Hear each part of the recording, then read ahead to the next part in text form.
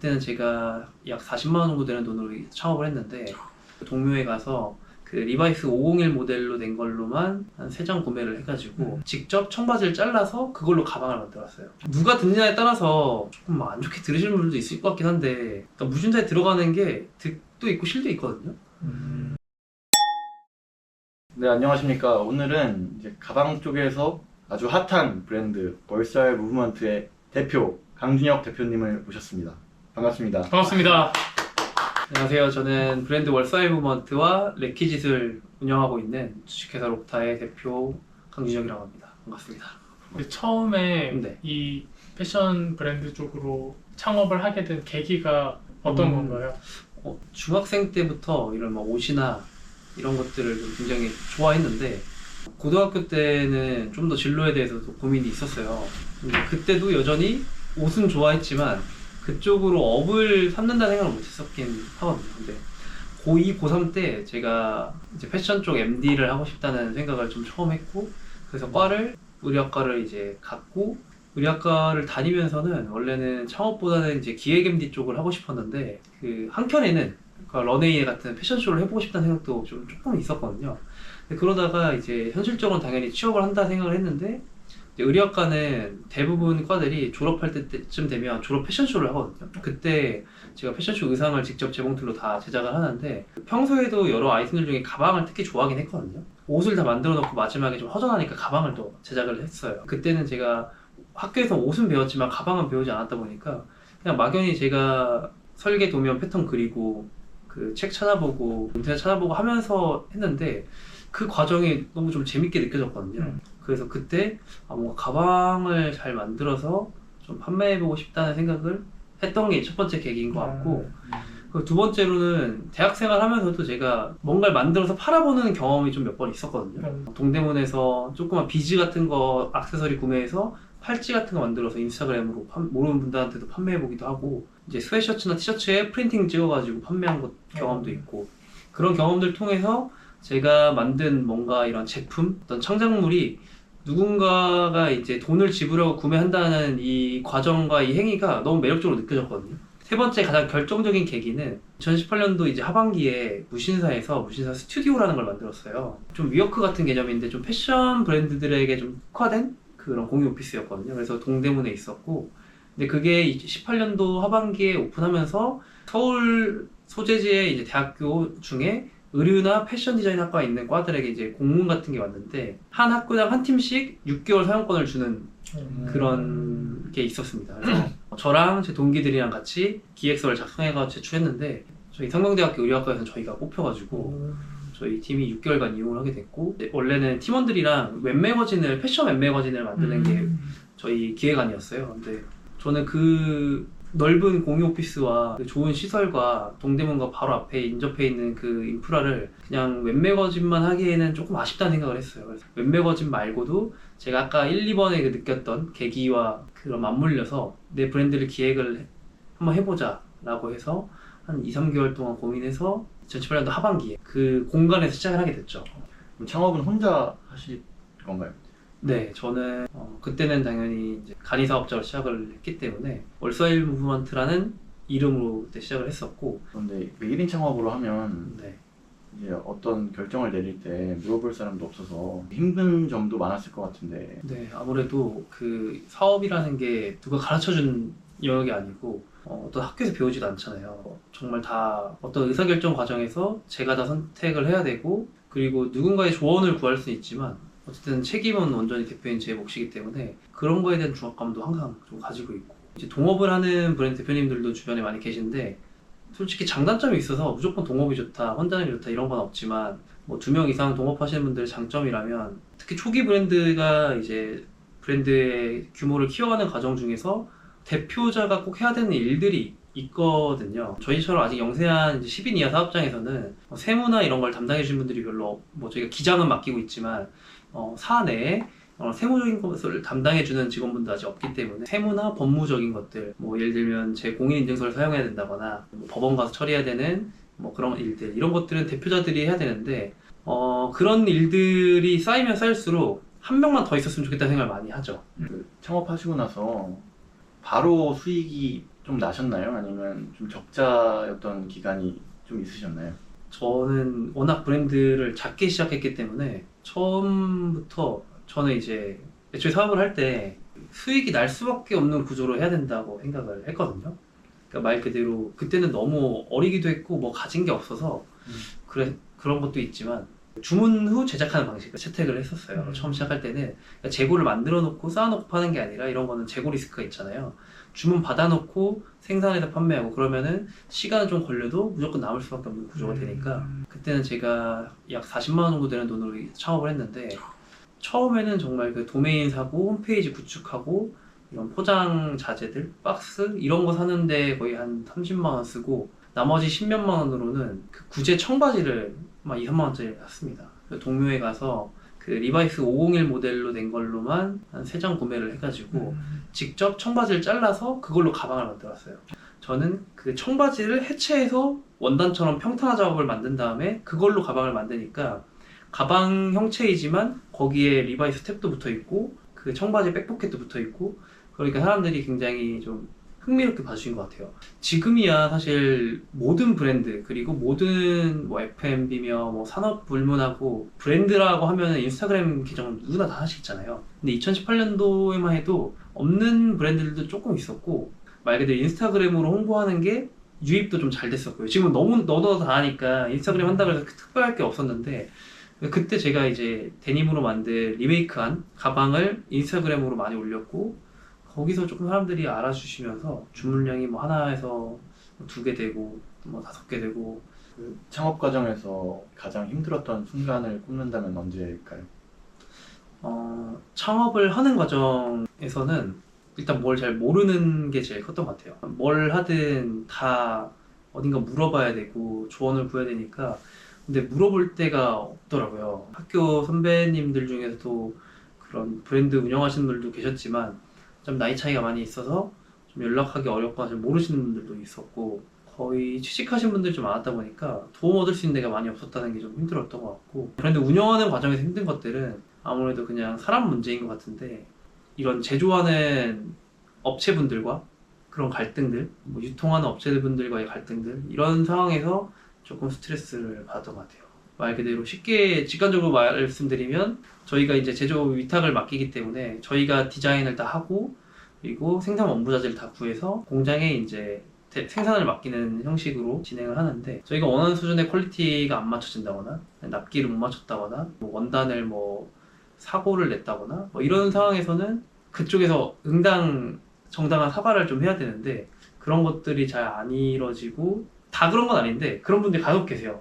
그냥 그렇게 그냥 팔면 되지 뭐 어떠냐 이거 소비자들 모른다 약간 이런 태도로 일관하시는 분들도 있으시거든요. 저는 제 가치관에 맞지 않으니까 계속 싸우고 그러다가 이제 뭐 100개 생산한 거 그냥 전부 다 저희는 폐기해버릴 적도 있고 그런 상황에 좀 스트레스 받죠.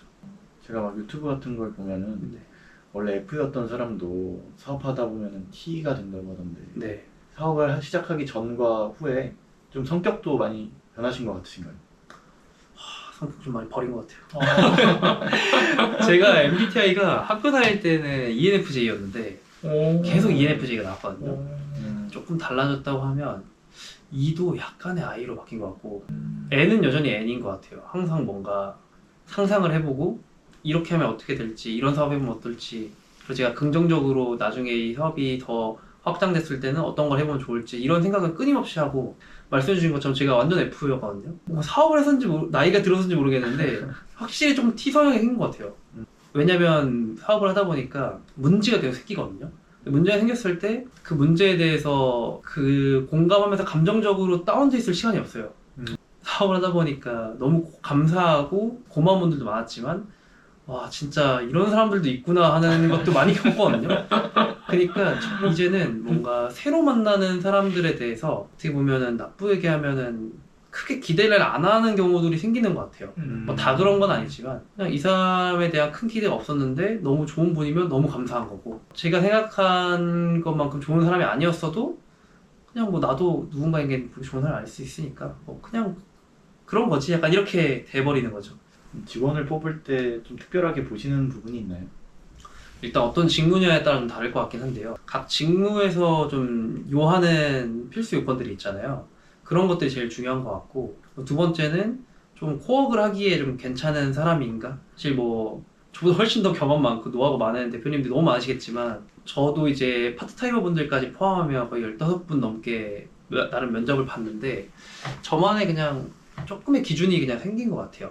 그러니까 이분이 다른 분들과 이런 코워킹을 할 때 조금 원활하게 하실 수 있을까 하는 것들, 나만의 이런 신념이 너무 강하다거나 이런 게 조금 인터뷰 때 벌써 느껴지는 경우들이 간혹은 있어요. 그러면 무조건 탈락은 아니지만 한 번쯤은 고민을 해보게 되죠. 그 신념에 부딪혔을 때, 예를 들어 회사에서 추구하는 바와 좀 다른 부분이 충돌했을 때 이분은 그런 걸 좀 유연하게 해결책을 찾을 수 있을까, 뭔가 정과 반이 났을 때 합을 도출할 수 있을까, 이런 부분에 있어서도 조금 생각하게 되고, 그리고 좀 세부적으로는 집까지의 이런 통근 거리도 봐요, 사실. 오. 예전에는 서울 사는 것만 해도 뭔가 벼슬이다, 좋은 거다, 막 이런 얘기들만 들었을 때, 왜 그런가 했는데, 저도 출퇴근 거리가 멀다 보니까, 그리고 저도 예전에 창업하기 전에는 인턴도 해보고 했으니까 느끼는 건데, 출퇴근 거리가 길면 길수록 빨리 퇴사할 확률도 높고, 그리고 사실 저희는 지금 7, 8년 하면서 퇴사자는 한 명도 없긴 하거든요, 아직까지는. 그렇긴 한데 주변에서 봤을 때도 그렇고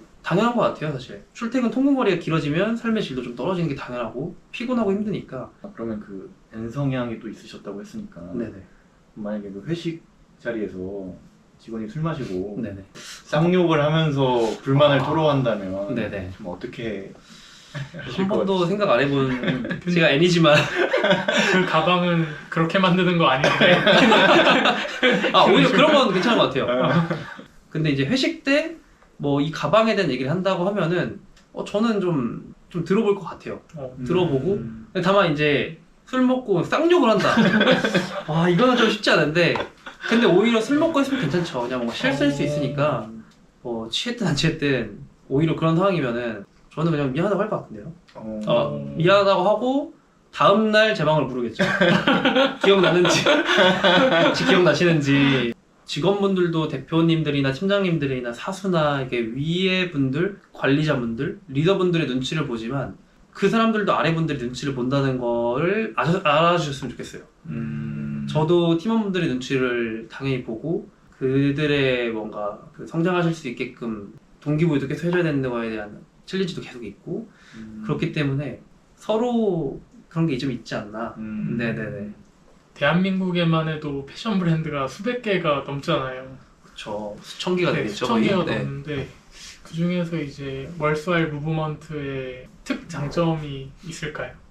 이게 어떻게 보면 근본적인 질문이라 해야 될까요? 그러니까 브랜드가 살아남으려면 이 질문에 명확하게 대답할 수 있어야 된다고 생각을 해요. 근데 정말 어려운 것 같아요. 근데 저도 생각을 항상 많이 했는데, 우리만의 뾰족한 특장점이 뭔가라고 했을 때 다른 브랜드들이 쓰지 않는 원부자재들을 아낌없이 사용을 하면서 좀 기능적인 데일리 제품들을 만든다는 거, 그런 부분이 좀 있을 것 같아요. 오히려 대기업에서 쓰기 어려운 것들도 많이 쓰거든요. 왜냐면 대기업에서 나오는 의류나 가방이나 이런 것들은 수많은 사람들의 컨펌이 있어야 되고 수익 구조가 명확하게 판매될 수 있는 이 마진율이 정확히 딱 나와야 되기 때문에 상식선을 벗어나는 파츠들을 못 쓰는 게 많아요. 예를 들면 원단이 5,000원인데 요만한 파츠가 5,000원이면 대부분 다 잘리거든요. 디자이너가 이걸 너무 쓰고 싶어도 이렇게 되면 판매 구조가 좀 안 나오기 때문에 상품 기획에서 떨어지는 경우가 많은데, 저희는 워낙 작은 회사다 보니까 저랑 저희 디자이너 분들과 이거는 꼭 써보고 싶다, 그런 것들은 그냥 쓰는 거죠, 과감하게. 그런 것들도 좀 장점인 것 같고. 그 월스와일 무브먼트라는 게 네. 제가 처음에 딱 들었을 때는 이름이 근데 좀 너무 길지 않나? 그래서 이게 입에 착 달라붙지 않을 수도 있는데 네네. 사실 이 브랜드 이름을 선택한 이유가 뭘까 궁금하긴 했거든요. 정말 날카로운 질문 같습니다. 왜냐면 제가 브랜드 처음부터 이걸로 고민이 많았어요. 그러니까 저는 두 가지 생각이 있었는데, 첫 번째는 브랜드 이름이 긴 건 중요하지 않다. 근데 지금은 조금 다릅니다.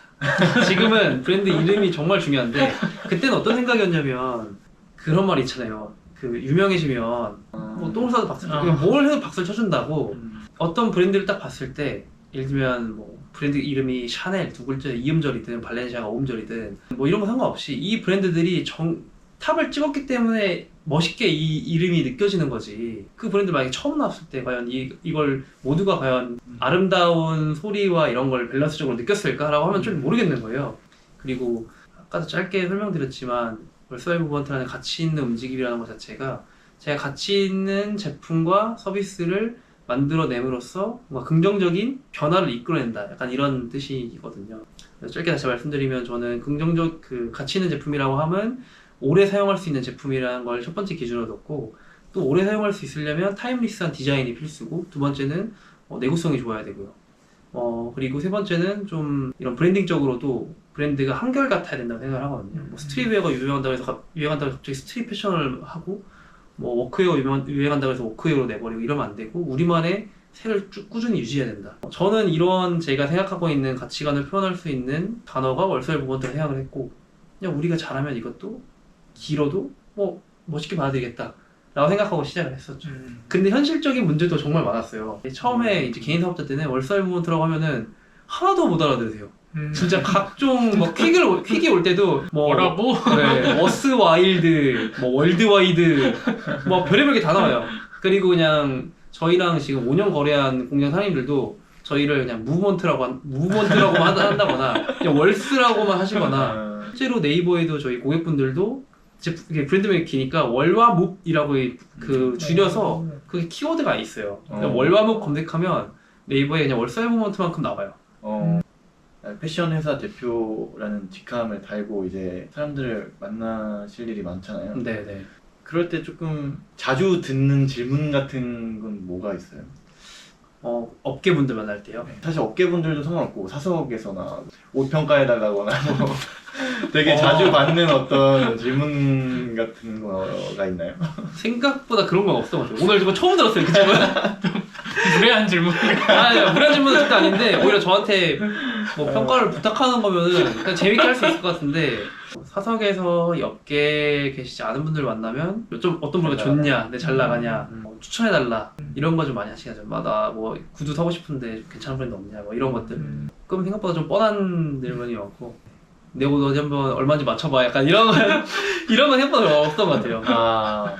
그리고 일단 제 친구들은 지금 사업하고 있지 않은 친구들이 많기 때문에 그 개념을 잘 모르는 경우들이 많죠. 예를 들면 그냥 사업하니까 막연히 막 그냥 돈 엄청 잘 번다 이렇게 생각하는 사람들도 있는데, 저는 막 그런 거 딱히 아니고, 저는 애초에 사업을 한다는 사람 자체가 그 뭔가 내가 원하는 서비스나 제품을 만들어서 판매하고 싶어서 하는 것들도 있지만, 대부분의 사업하는 사람들은 그 일반적으로 그냥 회사 다니시는 분들보다 노동 시간이 긴 경우들이 정말 많거든요. 솔직히 주말에도 계속 일 생각해야 되고, 뭐 쉬다가도 뭔가 일 터지면 나가야 되고 이런 경우들이 많기 때문에 절대적인 일하는 시간이 더 많다는 가정하에는 또 그만큼 더 벌어야 되는 게 당연한 거니까, 뭐 이런 배수에 대한 개념, 마크업이라고 또 하는데, 이거 원가가 만약에 10,000원이에요. 그러면 여기 제품을 40,000원에 파면 4배수인 거고, 30,000원에 파면 3배수인 건데, 이런 거에 대해서도 이 업계의 이런 유통이나 생산이나 이런 구조를 모르면 그거 듣고 야 엄청 뭐 남겨먹는 거 아니야? 라고 하는 사람들도 있어요. 아 니네 이거 바지 얼마에 만들었는데 이거 15만원에 파는 거야? 이러면은 사실 이거 뭐부터 설명할지 모르겠는 거죠. 그런 거에 대해서 잘 모르는 상태에서 뭐 약간 사기치고 있는 거 아니냐라는 그쵸. 식의 질문인 거죠. 네네. 근데 그것도 친구들끼리 뭐 농담식으로 하는 거야. 뭐 저도 농담식으로 받아치는데 뭔가 애매한 관계에서 진지하게 이건데 뭐 원가 얼마인데 이 가격에 판매하세요? 뭔가 이렇게 하면은 조금 당황스럽죠. 네. 그래서 요즘 젊은 분들이 무신사를 많이 쓰는데, 무신사에 입점을 작년에 하셨잖아요. 재작년. 네, 재작년. 23년도에 네네. 근데 그 입점하고 전후로 네. 어떤 확연한 차이가 좀 있었는지. 오히려 매출적인 차이는 거의 많지 않았어요. 왜냐면 이게 어떤 분들이 누가 듣느냐에 따라서 조금 안 좋게 들으시는 분들도 있을 것 같긴 한데, 그러니까 무신사에 들어가는 게 득도 있고 실도 있거든요. 무신사에 들어가는 게 요즘에는 굉장히 까다로워졌어요. 기준도 더 엄격해지고 그렇긴 한데, 예전에는 모든 브랜드들이 다 있는 느낌이었거든요. 그래서 그 샵에서 가지고 가는 색깔이 조금 뚜렷하지 않은, 지금이야 워낙 좀 큰 기업이고 제가 정말 한국을 좀 대표하는 기업이 됐잖아요. 패션 쪽에서는 모든 브랜드를 다 보긴 좋은데 특정 색깔을 큐레이션해서 보기엔 좀 부족했던 것들이 좀 있었거든요. 그래서 무신사에 들어가는 게 장단점이 있긴 합니다. 이 플랫폼이라는 게 가입자 기반의 이런 비즈니스이기 때문에 가입자 수가 많을수록 당연히 매출은 나와요. 월사일 무브먼트에 1년간 들어오는 사람 수보다 무신사에 1시간 들어가는 사람이 더 많을 수 있거든요. 1시간 동안. 그렇기 때문에 당연히 매출은 나오지만 그만큼 경쟁도 치열하죠. 그런 브랜드들끼리 서로 경쟁하면서 막 할인 경쟁도 하고 자꾸 아까 말씀해 주신 것처럼 쿠폰 묻혀야 되고 프로모션 해야 되고 이런 것들이 어떤 측면에서는 건강하지 않을 수 있다는 점이 좀 있고, 또 이건 브랜드들마다 다 다를 것 같은데 무신사 입점 이퀄 뭐 브랜드 밸류나 매출이 무조건 상승, 이건 절대 아니에요. 그 무신사가 안 좋다는 게 아니라 무신사가 들어오면서 밸류가 떨어진다, 이건 전혀 아닌데, 무신사에 들어가면은 제 생각에는 주문건 자체는 올라가요. 근데 왜 매출이 동시에 정비를 하지 않냐면 수수료를 빠지거든요. 공식 홈페이지에서는 단순 카드 수수료만 나가면 되는데 무신사에서는 이제 판매 유통 수수료가 있잖아요. 근데 그 수수료는 대입이기 때문에 제가 말씀을 드릴 수는 없지만 사실 업계에서 어느 정도 통용되는 수수료가 있어요. 근데 그 수수료가 이거를 적다고 생각하는 사람은 잘 없을 거예요. 브랜드 하시는 분들은. 솔직히 이런 플랫폼들에서 해주시는 것도 워낙 많기 때문에 이게 너무 비싸다 이건 아니지만 적지는 않다? 말 그대로 이거죠. 이 무신사를 들어감으로써 전반적인 이제 매출이 아니라 이익률이 좋아지려면 매출이 이렇게 올라가는 게 아니라 이렇게 올라가야 돼요. 그래야 수수료도 빠지고, 그 다음에 매출이 많이 나가면 그만큼 무신사 택배비도 무료이기 때문에 택배비도 빠져야 되고, 그리고 인건비 빠져야 되고, 물류비 빠져야 되고, 이런 거 다 빼고도 남으려면 찔끔 올라서는 오히려 손해를 본다는 거죠. 그리고 그 사업 과정에서 사실 법적인 이슈를 알아야 될 일이 많을 것 같은데 네.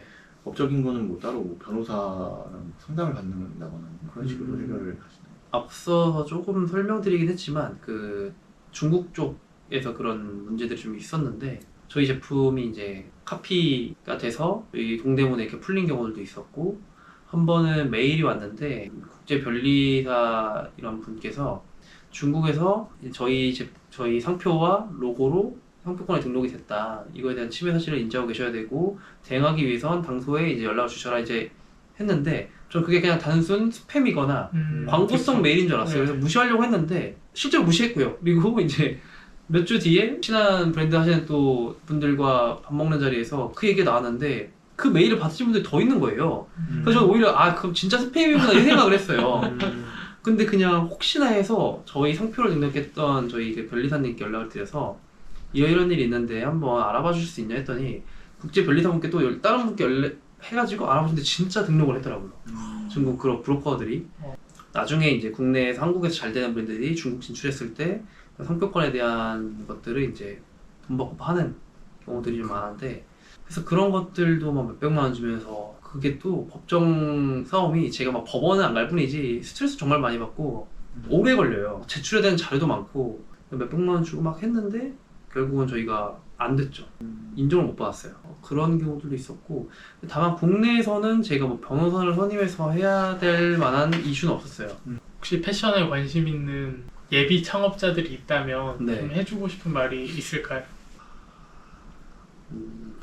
정확하지 마라. 너는 하지 마라. 이 창업이라는 것 자체가 패션 걸 떠나서 쉬운 길은 확실히 아닌 것 같아요. 힘들긴 하지만 요즘은 개인의 취향이 굉장히 다각화되고 파편화되어 있는 시기이기 때문에 예전처럼 메인스트림에 있지 않은 브랜드들도 일정 수준까지의 매출을 본인이 정말 잘 열심히 하고 제품력이 좋고 하면 만들어갈 수 있다고 생각을 해요. 스트릿 브랜드가 엄청 유행하는 시기라고 해서 스트릿 브랜드 빼고는 다 안 되고 이런 게 아니더라고요. 스트릿 브랜드가 잘 돼도 그냥 포멀하고 미니멀한 브랜드도 잘 되고 이런 시기이기 때문에, 물론 지금은 좀 대한민국이 전체적인 저성장이다, 좀 경제적으로 안 좋다고 하지만 그냥 그런 걸 차치하고서도 이렇게 마이너한 취향의 브랜드들도 본인만의 색깔만 뚜렷하면 저는 가능성은 충분히 있다고 보고, 샵들에서 그런 브랜드들 오히려 바잉을 잘 하시더라고요. 그럼 혹시 그 향후 꿈이 있을까요? 형 꿈은 추상적이긴 한데 개인적인 목표로는 그냥 가족들이랑 건강하고 행복하게 사는 게 소박하다면 소박하고 크다면 큰 꿈이고, 사업적으로는 좀 이 브랜드를 많이 키워서 언젠가는 좀 투자의 개념으로 뭔가를 해보고 싶어요. 뭐 재테크 같은 투자 말고 아까 말씀드린 것처럼 이제 창업하려는 분들인데 내가 뭐 돈이 없어서 못한다거나 내가 인프라가 없어서 못한다거나 이런 분들을 위한 투자를 할 수 있을 정도로 커졌으면 좋겠다.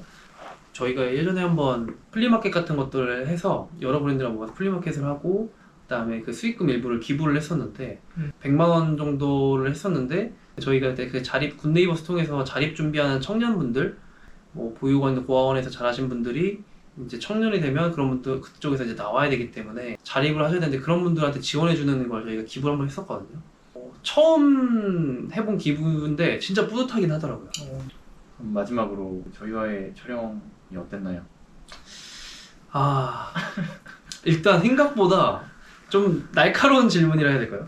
제가 유튜브 인터뷰 같은 것들을 최근 들어 막 많이 다니고 한 두세 번 했었는데 좀 날카로운 질문, 생각 안 해본 질문도 좀 있었고 뭔가 제가 브랜드 창업부터 지금 순간까지의 이러한 흐름들을 좀 되돌아볼 수 있었던 것 같고 그리고 어려운 상황에서는 어떻게 극복했는지 이런 것들 다시 한번 복귀가 되면서 다음 플랜을 짤 때도 힘을 좀 얻지 않았나 네 그렇게 생각을 합니다. 저희도 오늘 출연해 주셔서 영광이었습니다. 아닙니다. 그럼 하나 둘 셋 하고 박수 치고 끝낼까요? 네. 하나 둘 셋. 감사합니다. 저는 이거 하는 줄 알았네요.